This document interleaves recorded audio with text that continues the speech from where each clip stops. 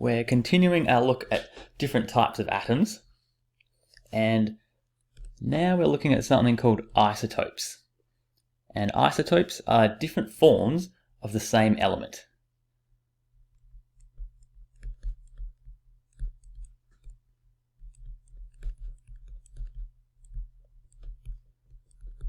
Different forms of an element. And the way that they're different is they have different numbers of neutrons.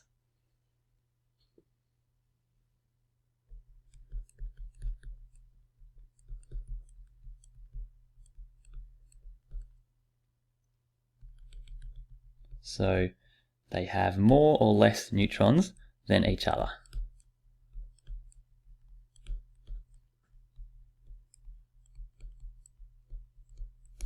So let's look at actually what isotopes are when we look at their atomic structure.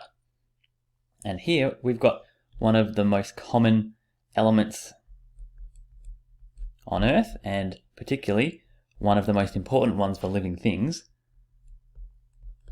We've got carbon. So here's what carbon looks like. And carbon, we've discovered, has 3 different isotopes. And you can think of isotopes just like different species or different breeds of a dog or a cat. They're still a dog, but they look a little bit different. And it's the same with isotopes.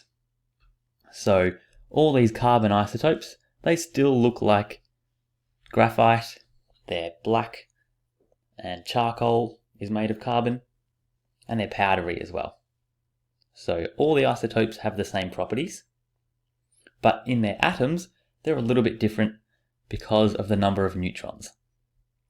So we can see here, the first carbon isotope, it has 6 protons, of course, because the element carbon always has 6 protons,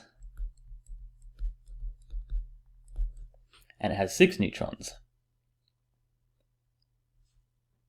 The next isotope of carbon still has 6 protons, but it has 7 neutrons now. And then the last one has 8 neutrons. So remembering that subatomic particles have a mass, they actually weigh something, and protons and neutrons, they have a mass of 1. So the first carbon isotope, if we weigh, and if we say the mass number of the first one here, mass number is the number of protons plus the number of neutrons. So for the first one, we've got mass number of 12. The next one, 7 plus 6 is 13. And then in the last isotope, it's a mass number of 14. And that's how we actually name different isotopes.